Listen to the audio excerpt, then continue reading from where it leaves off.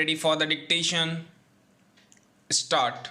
As a biodiversity convention key member, India's pandemic recovery must be greened.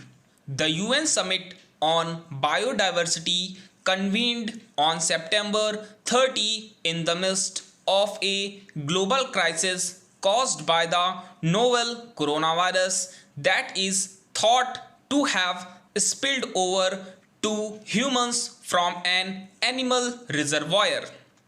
In New York, member nations of the Convention on Biological Diversity took note of the link between biodiversity loss and the spread of animal pathogens, calling for an end to destructive industrial and commercial practices.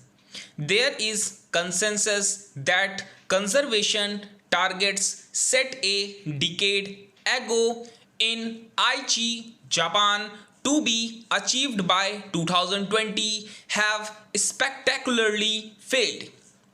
Evidence is presented by the latest UN Global Biodiversity Outlook 5 report. None of the 20 targets has been fully met. Many countries have chosen to ignore the connection between biodiversity and well-being and depleted ecological capital in pursuit of financial prosperity. Among the key targets that fell by the wayside are those on reform or phasing out of subsidies that erode biodiversity, steps for resource use within safe ecological limits, preventing industrial fisheries from destroying threatened species and vulnerable ecosystems, and an end to pollution, including growing plastic waste.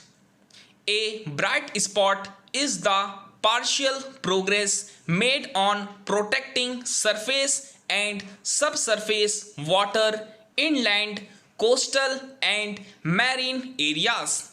But the losses appear even more stark from WWF's Living Planet Index, which points to precipitous declines in vertebrate populations, a key indicator, by 68% over 1970 levels.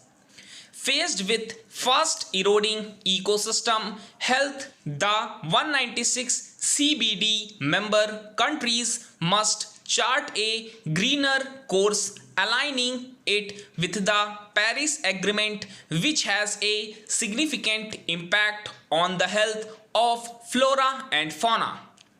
At Wednesday's summit, India's message was one of pride in an ancient conservation tradition as one of the few mega diverse countries, and one that recognized the value of nature as much as the destructive impact of unregulated resources exploitation. National laws of the 1970s and 1980s have indeed shielded islands of biodiversity, particularly in about 5% of the country's land designated as protected areas, but they are today seen as irritants to speedy extraction of natural resources. In this unseemly hurry, due process is sought to be dispensed with and envisaged by the new EIA norms proposed by the NDA government. There is little concern for indigenous communities that have fostered biodiversity and no effort to make them strong partners in improving the health of forests and buffer zones.